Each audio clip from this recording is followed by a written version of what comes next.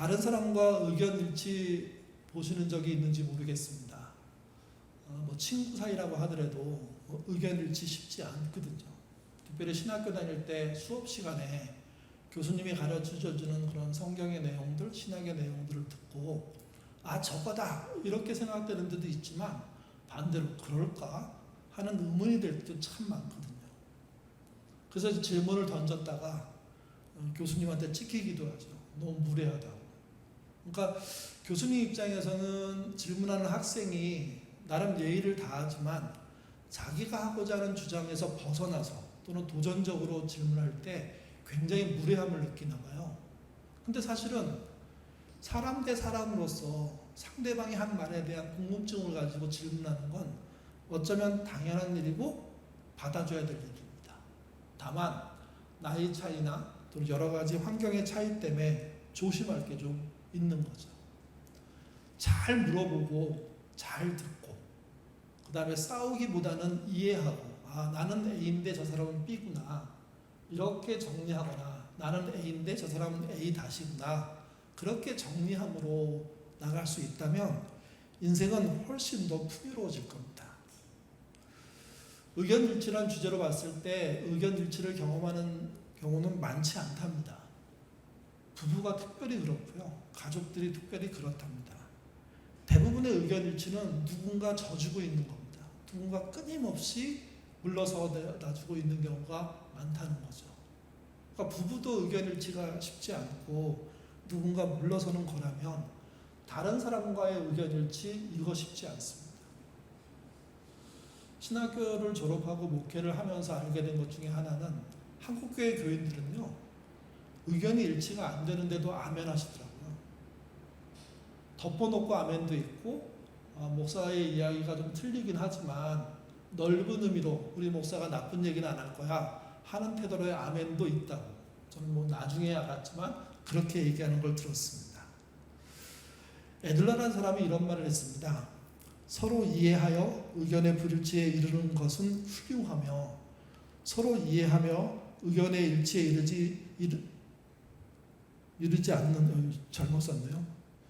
이르지 않는 것은 더 훌륭하다. 여기 않는이라는 단어가 빠진 것 같습니다. 서로 이해하여 의견의 일치에 이르지 못하는. 그러니까 의견의 충돌이 일어나도 훌륭한 일을 한 것이고 의견의 일치가 일어난다면 정말 대단한 일을 했다는 의미예요. 이게. 그러니까 의견의 일치라는 것은 항상 일어나는 게 아니라는 겁니다. 심지어 하나님이 말씀하셔도 의문을 달 수가 있잖아요. 우리는 아담과 하와를 보십시오. 먹지 말라고 해도 의문을 달고 그 다음에 하나님이 자기처럼 될까봐 먹지 말라고 했다는 유혹의 말을 오히려 더 믿고 그래서 선악과를 먹어버리잖아요. 그러니까 의견의 불일치는 항상 일어날 수 있는 거예요.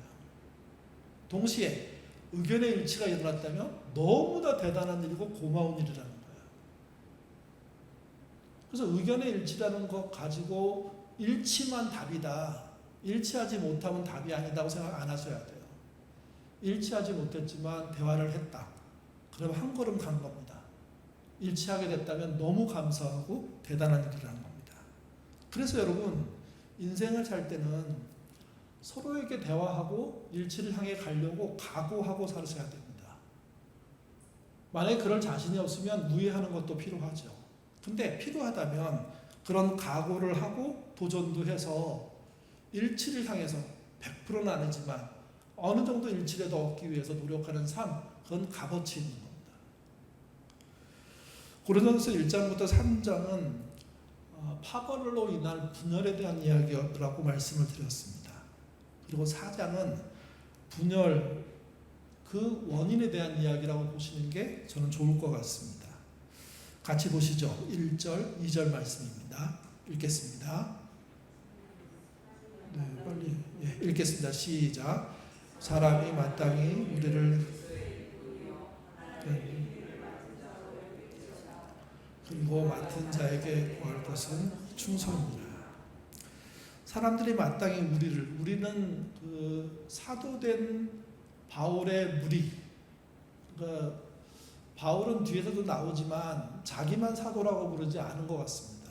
사도인 우리 이런 표현들을 하거든요. 그러니까 우리 안에는 바울도 들어가고 아볼로도 들어가고 디모데도 들어갑니다.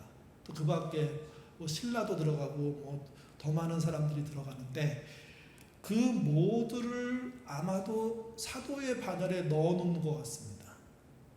그러니까 사람이 마땅히 우리를 그리스도의 일꾼이요. 여기서 일꾼이라는 것은 마음대로 할 수 없는 자라는 뜻입니다. 의미 자체는. 그러니까 주인의 뜻에 따라서 순종해야 될 사람, 주인이 시킨 일을 하는 사람, 주인이 그려진 그림대로 완료를 하기 위해서 애쓰는 사람, 뭐 그런 뜻으로 보는 게 좋습니다. 이때 주인이 시킨 일을 따르게 표현하는데 하나님의 비밀이라고 말합니다. 하나님만이 하실 수 있는 말, 그게 비밀인데 그 비밀을 맡은 자, 일꾼이라는 거죠. 그래서 자의적으로 마음대로 활동하지 못한다는 게 전제입니다. 그러니까 우리는, 사도인 우리는 내 멋대로 행동하는 사람이 아니라 그분의 말을 따라 행동하려고 애쓴다는 거죠. 이 절의 충성은 덮어놓고 하면을 말하는 게 아닙니다. 간혹 그 인간관계 속에 또는 국가 대 국가 속에 등장하는 때 갑자기 앞서 나오는 충성은 뭐 상황 고려하지 않고 우리 편이 무조건 이겨야 된다가 될 수 있거든요. 근데 여기서의 충성은, 특별히 하나님을 향한 충성은 정확한 지식에 따른 믿음을 말하는 겁니다. 그 지식이 옳아야 되고 하나님이 하신 거야 되고 그렇기 때문에 본인이 믿는 겁니다. 그리고 거기에서 자기 역할을 찾아하는 거죠. 그게 충성입니다. 충성. 구원에 대한 이야기할 때도 오직 충성으로만 이루는 구원이란 말이 있습니다. 구원이 믿으면 주는 거야 이렇게 이신칭이 아주 쉽게 말하는데, 이신칭의 허점을 많이 하는 사람들의 논리 속에는 충성해야 구원받는다 하는 이야기가 따로 존재하는 거죠.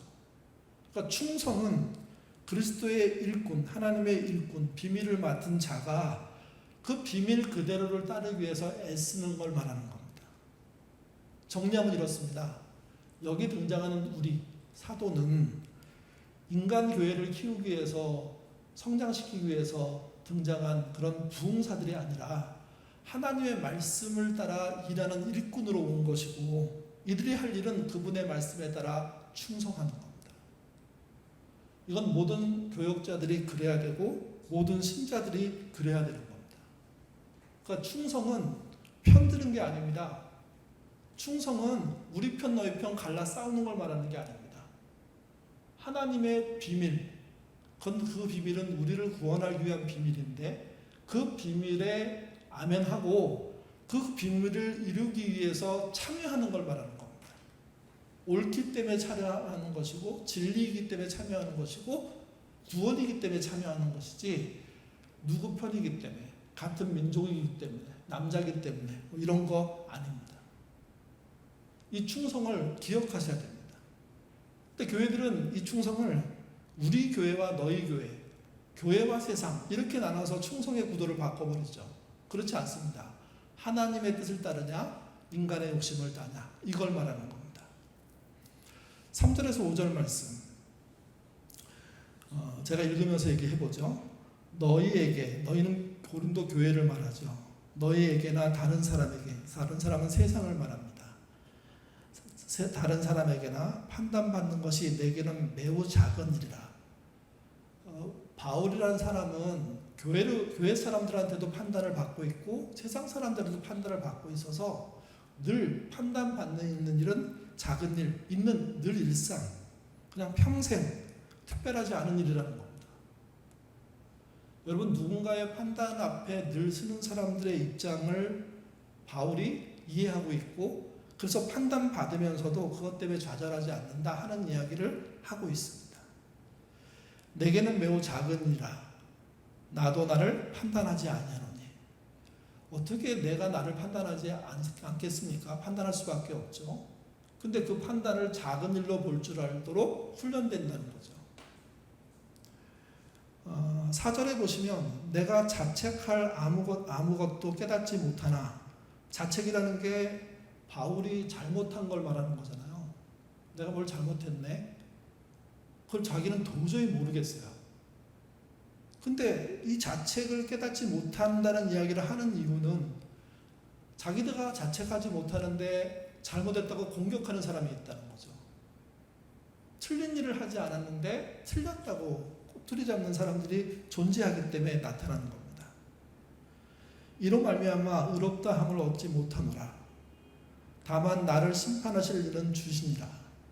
그러니까 자책이라는 것 자체에 빠져서 나를 망가뜨려서는 안 된다는 겁니다. 외부의 지적 때문에. 그걸 작은 일로 볼 줄 알아야 되고, 그리고 자기가 바르게 가려고 애쓰고 있다면 그 자책을 넘어서면서 뭘 기억해야 되냐면, 나를 심판하시는 이, 나를 자책하게 만드시는 이는 딱 한 분인데 그분이 주님이시라는 거죠. 그분의 판단에 따라가야 되고 그분의 말씀의 판단이 중요하다는 겁니다. 5절에 보시면 그러므로 때가 이르기 전, 때라는 것은 뒤에 보시면 그때라고 나오는데 마지막 심판의 때, 주님이 무슨 뜻인지 밝히실 때, 뭐 이렇게 얘기할 수 있습니다.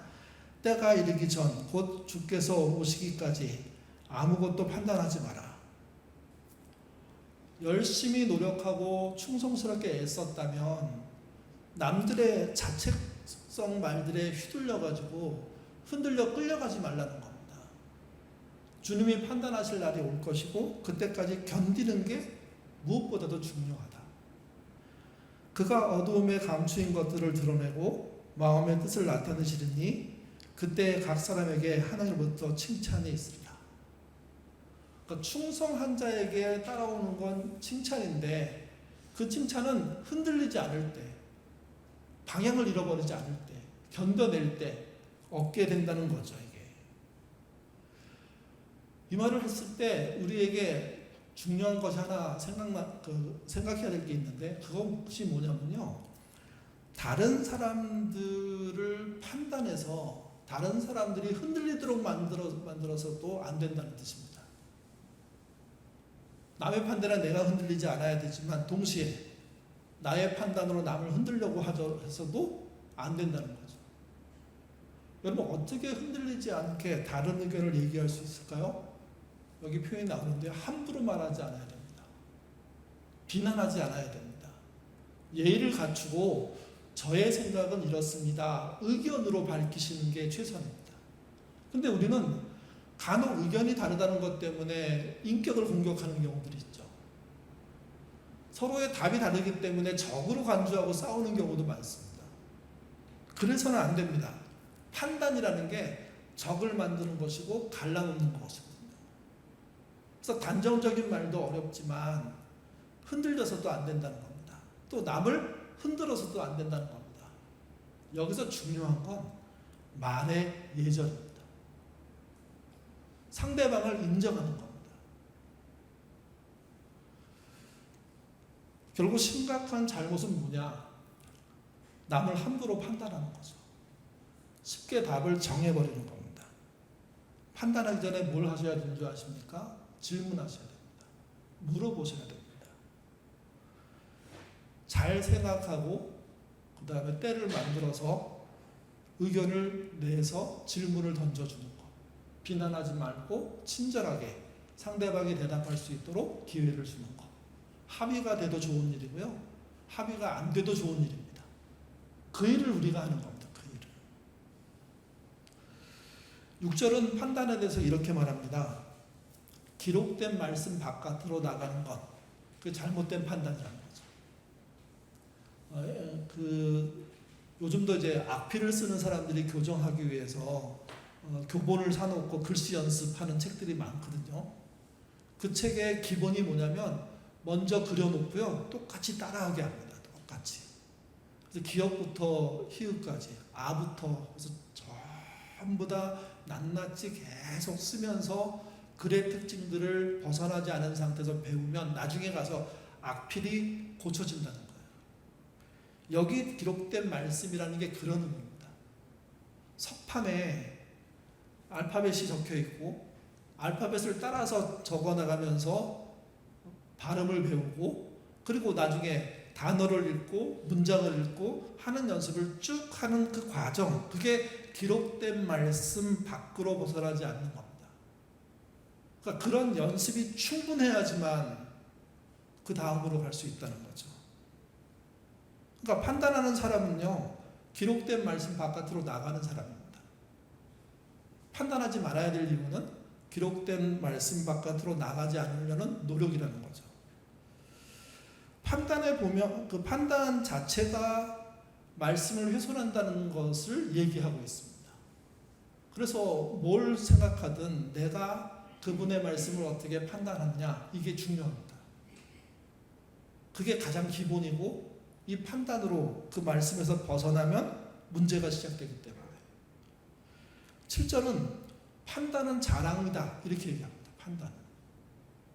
그러니까 왜 판단을 했느냐 질문하기 위해서, 알아보기 위해서 그렇게 말을 하는데, 잘못하면 자랑으로 끝이 난다는 겁니다. 왜? 남이 틀렸다고 판단하는 꼴이 되니까. 8절은요, 판단은요 왕노릇과 같다고 얘기합니다. 왕노릇이 뭡니까? 내 의견 말고는, 남의 의견은 완전히 깔아뭉개는. 그래서 뭐 하지 말라고 얘기하냐면 판단하지 말라고. 판단에 함정이 있다는 것을 알라고. 그러니까 상대방의 상황과 그 어려운 현실들을 놓고 쉽게 한마디로 A는 B야 이렇게 하지 말라는 거죠. 반대로 내가 어떤 말에 도전을 받았을 때 저건 나를 공격하는 거야, 그렇게 생각하지 말라는 겁니다. 어떻게? 저 말의 의미가 무엇일지, 하나님의 뜻은 무엇일지, 거기에 대한 묵상을 하다 보면 판단을 넘어서는 길들을 찾을 수 있고 질문할 수 있는 용기들을 가질 수 있는데, 쉽게 판단함으로 왕노릇하고 자랑질하다가 결국 관계가 깨지는 그런 상황이 되는 거죠. 바울은 이런 상황이 교정되기를 원합니다. 그러니까 바꾸고 싶고 더 나게 나가기를 기대하는 거죠. 9절 말씀 같이 읽겠습니다.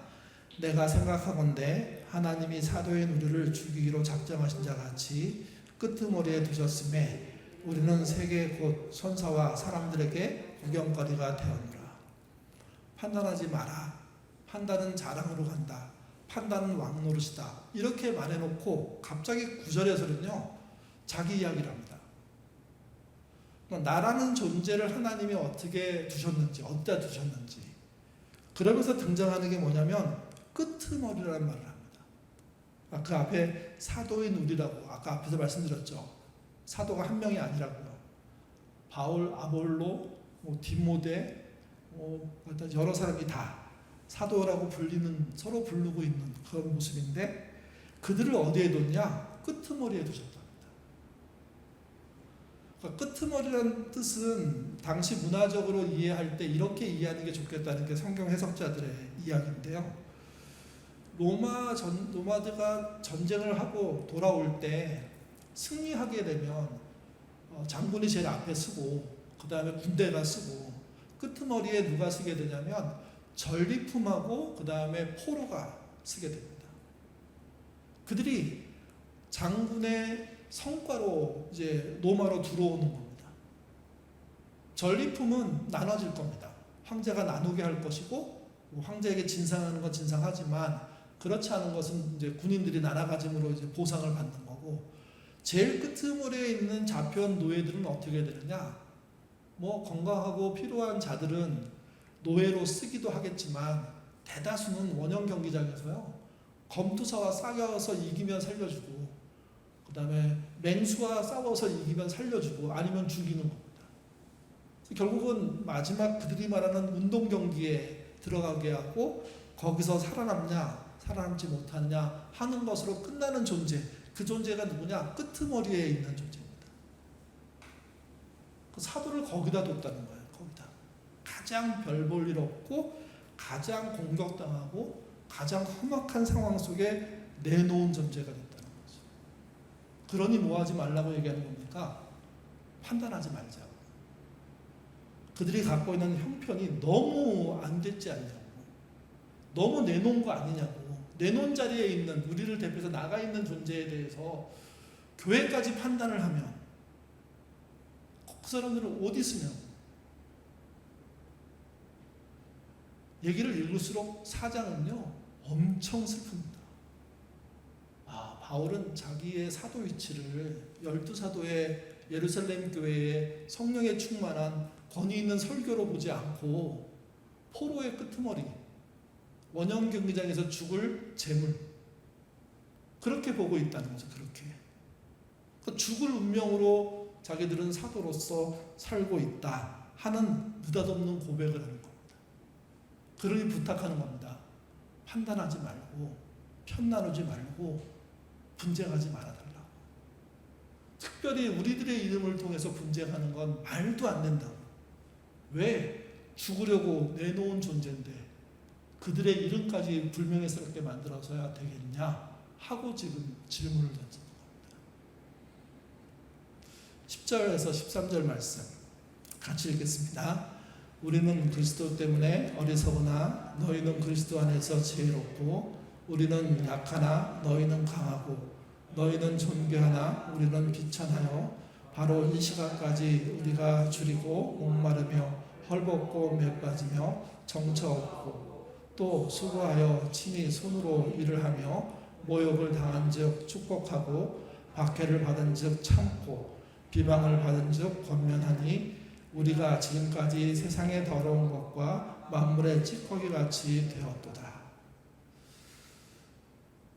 끄트머리에 있다는 것을 이제 구체적으로 어떤 예를 들었는지는 알 수 없지만 얘가 숨겨져 있는 어떤 종합판을 얘기하는 겁니다.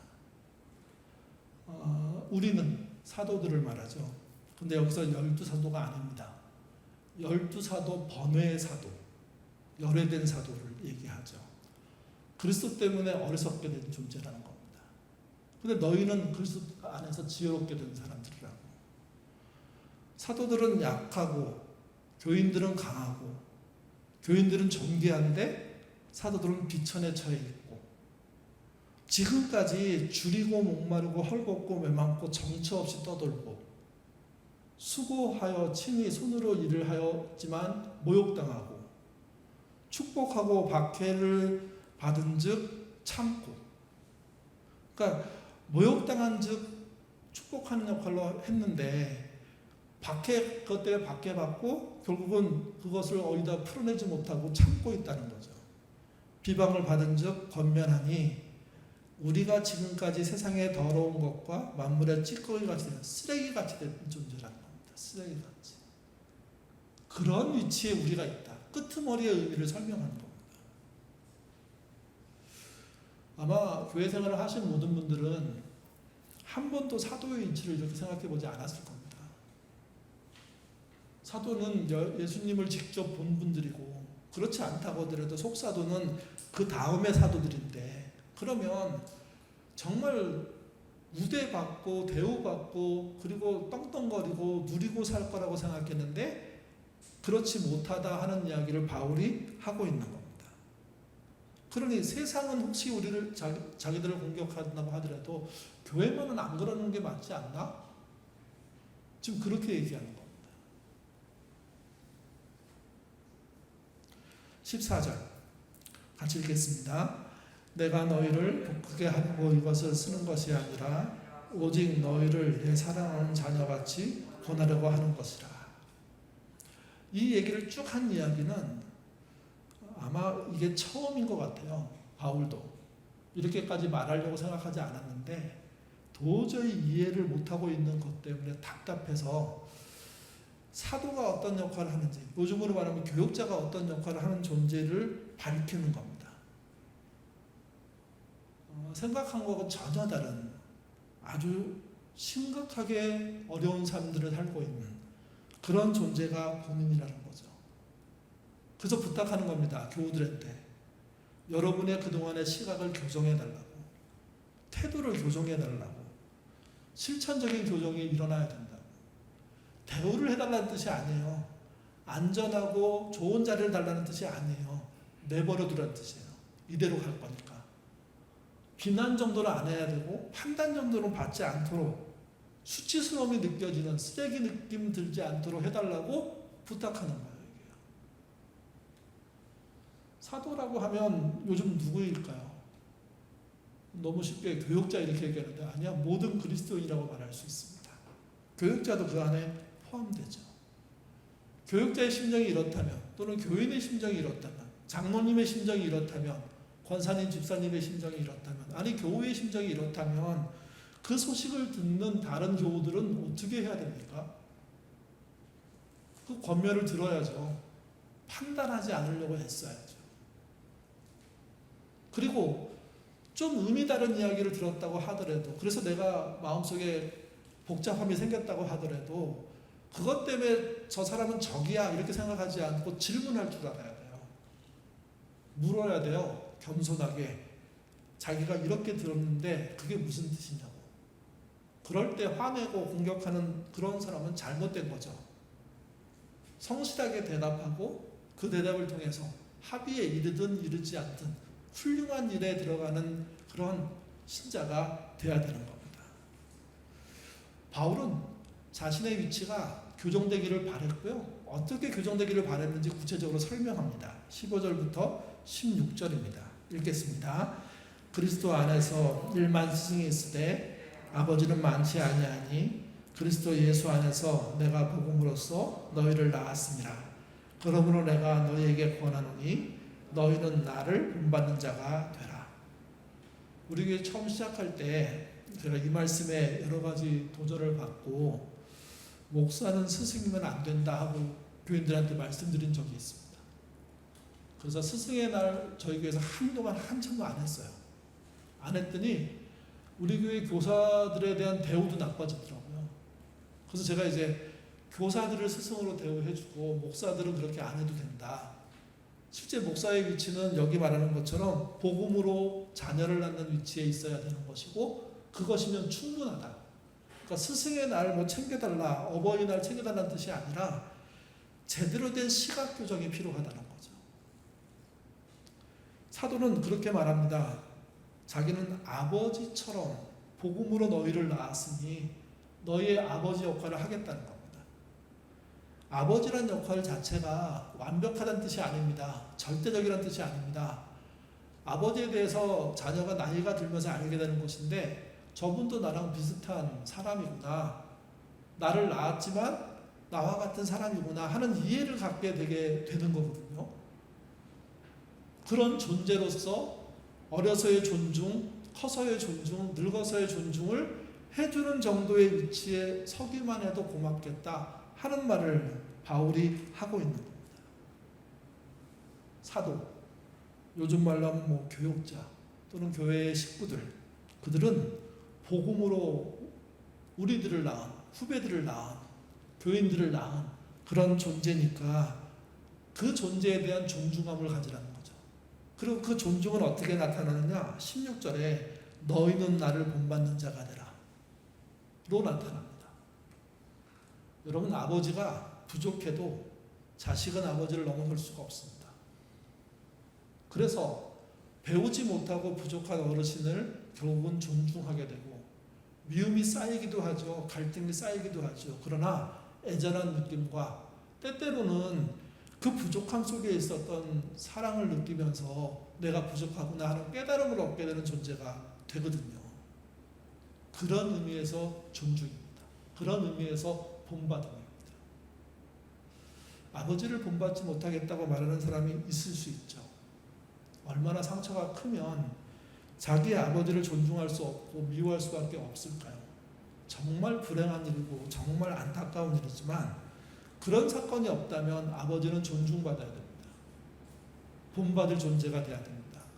그렇게 남겨질 때 나도 아버지로, 나도 어머니로 나의 자녀에게, 나의 후배들에게 남겨질 게 있는 사람이 되는 겁니다.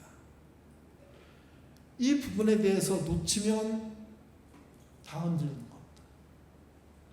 바울은 자신이 사도로 부름받았는데 다른 사람들은 대단히 영광스러운 자리에 쓴 것처럼 말하지만 자기는 전리품 끝에 있는, 끄트머리에 있는 그런 노예 같은 존재라고 고백하죠. 그러니 나에 대한 판단을 멈추고 오히려 나를 좀 애잔하게 봐달라, 불쌍하게 봐달라, 그렇게 얘기하면서 자기의 위치를 수정해달라고, 스승이 아니라 부모 역할을 하려고 애쓰는 영적인 아버지라는 존재라고, 그리고 저 존재를 통해서 본받을 게 있음을 잊지 말라고 그렇게 권면하는 겁니다. 신학교 다닐 때 저한테 감동도 주면서 굉장히 짜증을 일으키게 했던 그런 목사님, 교수님이기도 한데 그런 분이 계셨습니다. 그분이 목회자들을, 교육자들을 이렇게 표현하셨어요. 교회의 소모품이라고. 나중에 제가 목회할 때 어떤 목사님이 이 말을 갖다가 똑같이 하시던데 그분은 소모품이라고 하지 않고 일회용품이라고. 그러니까 교회를 위해서 일시적으로 쓰이는 존재라고 이렇게 얘기하시더라고요. 보통 신학교에 간 사람들은요, 자기 것을 포기하고 가는 사람이 꽤 있습니다. 특별히 저희들이 신학교 갈 때는 학력이 굉장히 좋았거든요. 학력고사 성적도 괜찮은 애들이 꽤 많았습니다. 또 신도연에 갔을 때는 서울의 유명 대학을 졸업하고 학사를 가지고 신학교에 오는 경우가 많았거든요. 그리고 신학교에 들어갈 때 경쟁률이 생각보다 높았습니다. 지금이야 한없이 떨어졌지만. 그래서 굉장히 알찬 자원들, 똑똑한 사람들. 그래서 그때 유능한 교수들이 엄청 쏟아져 나왔습니다. 유학도 어마어마하게 많이 갔고요. 그 똑똑한 사람들이 제가 목회 시작할 때 막 돌아오는데 그러니까 일할 학교가 없는 거예요. 그래서 엄청 고생하고 이런 사람들 참 많습니다. 나름대로 수재들인데. 그러니까 이제 그런 교역자를 생각할 때 너희가 소모품이야. 교회를 위해서 쓰여야 돼.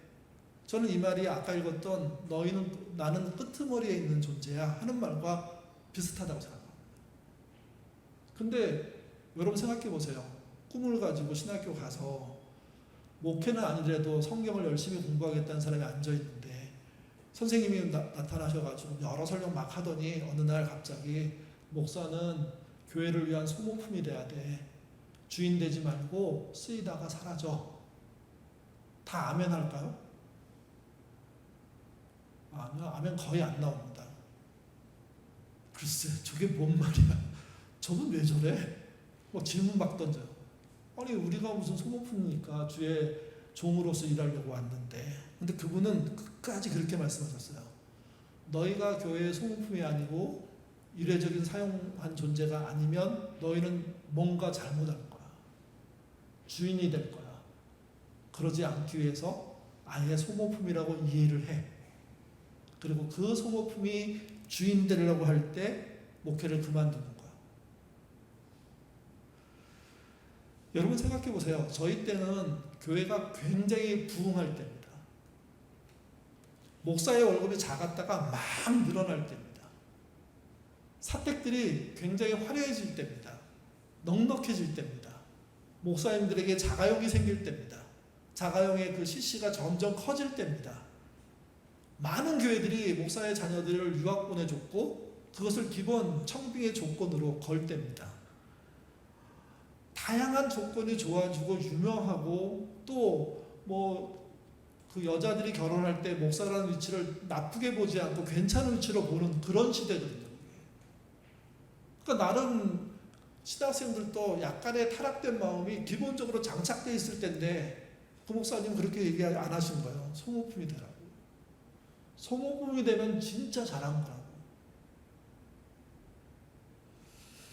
바울의 이야기에서 아마 이게 나왔다고 그때 기억으로 제가 들은 것 같은데 바울은 당시로 치면요 비주류 교역자입니다. 주류가 누굴까요? 12사도. 교회로 치면 어디가 주류일까요? 예루살렘 교회. 바울은 예루살렘 교회 출신이 아니잖아요. 안디옥 교회 출신이잖아요. 바울은 예수님의 행적을 몰라요. 나중에 예수 믿는 사람들 잡으러 갔다가 예수님을 만났죠. 그래서 주류 교육자들한테 밀렸어요. 의심받았어요. 14년 동안 고향에서 칩구하며 살 수밖에 없었던 건 간단해요. 주류에 못 들어갔기 때문에. 또 바울은요. 교회로부터 월급을 안 받았어요. 근데 솔직히 말하면 안 받은 게 아닌 것 같아요. 못 받은 것 같아요. 나중에 좀 받기도 하거든요. 12사도들은 당당하게 교회로부터 후원을 받았고 월급을 받았고 그걸로 살 수 있었지만 바울은 그렇게 하지 못했어요. 그래서 한 게 뭐냐면 자비량이에요. 그러면서 그는 깨달은 거죠. 자기란 존재가 진짜 포로의 끝에 있는 존재구나. 근데 자기는 은혜 때문에 못 도망가는 겁니다. 은혜 때문에 멈추지 못하는 겁니다. 그래서 부탁하는 겁니다. 고린도 교회 식구들한테. 그러니 판단하지 말고 편 나누지 말고 분쟁하지 말고 분쟁하는데 우리를 쓰지 말아달라. 아니 분쟁하지 않는 교회가 되어달라. 고린도 교회를 향한 바울의 외침은 그래서 여러분들에게 교정이 필요하다는 겁니다.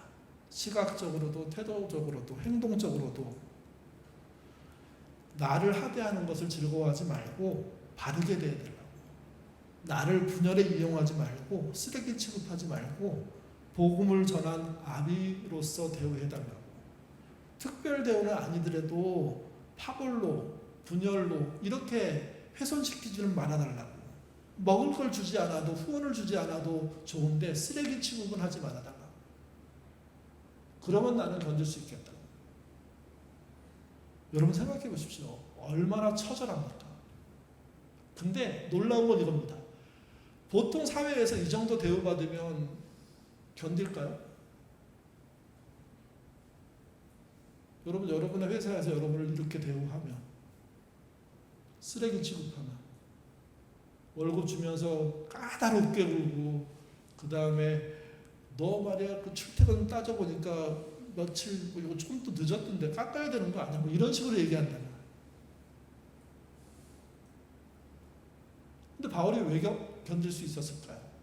우리는 보통 왜 견디냐면 자식 때문에, 가족 때문에 견딘답니다. 더럽고 치사해도.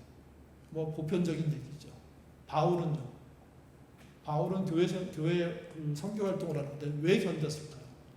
불러준 은혜가 너무 커서예요. 자기를 구원해 주신 그분의 너무 놀라움 때문이에요.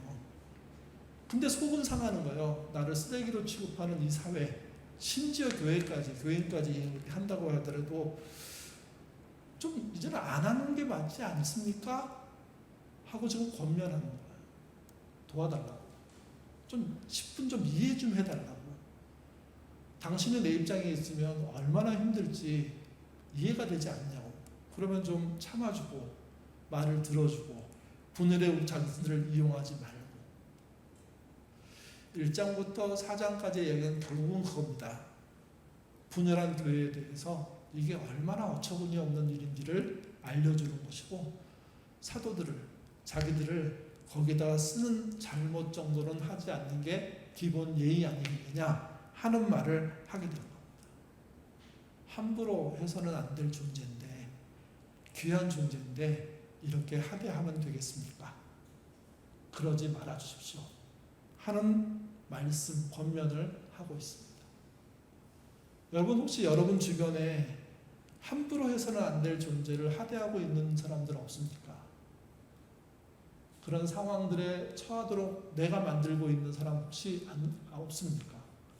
있다면 중단하시고요. 없으면 앞으로도 없도록 귀한 사람들을 존대하듯 살아가도록 여러분 애쓰셔야 됩니다. 그리고 그 애쓰는 삶은 판단하고 따지는 게 아니라 질문하는 겁니다. 겸손하고 정중하게 상대방을 존중하는 태도로서 내가 이 말을 이해하지 못하겠는데 좀 설명해 주세요. 라는 이 질문의 방법이 문제를 풀게 하는 겁니다. 바울의 이 답답한 심정을 들어주시고 함부로 해서는 안 될 귀한 존재가 이런 상황에 빠졌다면 책임은 우리들에게 있는 거라는 걸 잊지 않는 저와 여러분 되어주시기를 주님의 이름으로 부탁드립니다. 기도하겠습니다. 우리는 귀한 사람을 함부로 대합니다. 가장 소중해야 될 사람을 소중하지 못하게 행동하고 판단하고 주장하기도 합니다. 주님, 우리의 이런 미련한 죄를 용서해 주시고 함부로 대할 사람이 이 땅에 없다는 사실부터 인정하는 신자 되도록 인도하여 주옵소서. 특별히 복음을 전해준 우리의 선배들에 대해서 우리의 태도가 확실하기를 원합니다. 그들을 이용한 분파, 그걸 만드는 교회, 그걸 만드는 교인이 아니라 그들의 수고와 애씀이 아비가 아이를 낳는 마음으로 한 노력이라는 사실을 인정하고 그들을 존중하고 함부로 대하지 않게 한 노력과 수고를 하는 우리가 되도록 인도하여 주옵소서. 육신의 부모에 대해서도 잘 해야 되겠지만 동시에 복음을 전하는 자들을 향해서도 그렇게 해야 됨을 배우는 우리 모두가 되도록 인도하여 주옵소서. 바울이 자신이 경험하는 현실을 끄트머리라고 표현했습니다. 심지어 쓰레기라고도 표현했습니다. 바울의 이 마음 다치는 말, 우리 마음속에 새기게 하시고 누군가를 끄트머리에 있는 존재로, 쓰레기 같은 존재로 만들지 않는 그런 신자 되도록 인도하여 주옵소서. 때때로 누군가의 말 때문에 우리 마음에 상처가 시작됩니다.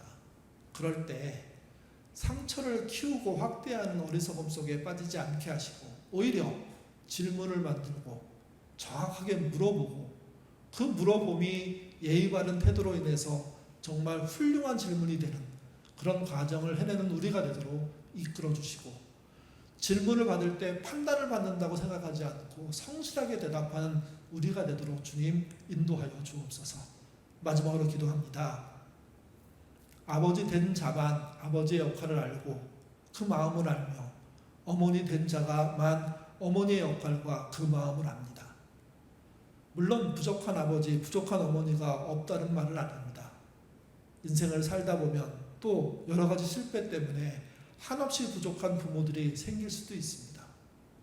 그러나 주님, 나에게 복음을 심겨준 그런 사람들의 고마움에 대해서는 지워버리거나 상실하는 그런 신자 되지 않게 하시고, 또한 복음을 낳기 위해서 애쓰는 사람들이 주변에 있는데 그들을 존중하는 우리가 되도록 인도하여 주옵소서. 마지막으로 기도합니다. 누군가 합의를 보는 일치의 결론이 나오지 않는다고 하더라도 대화하는 것은 무엇보다도 소중한 일입니다.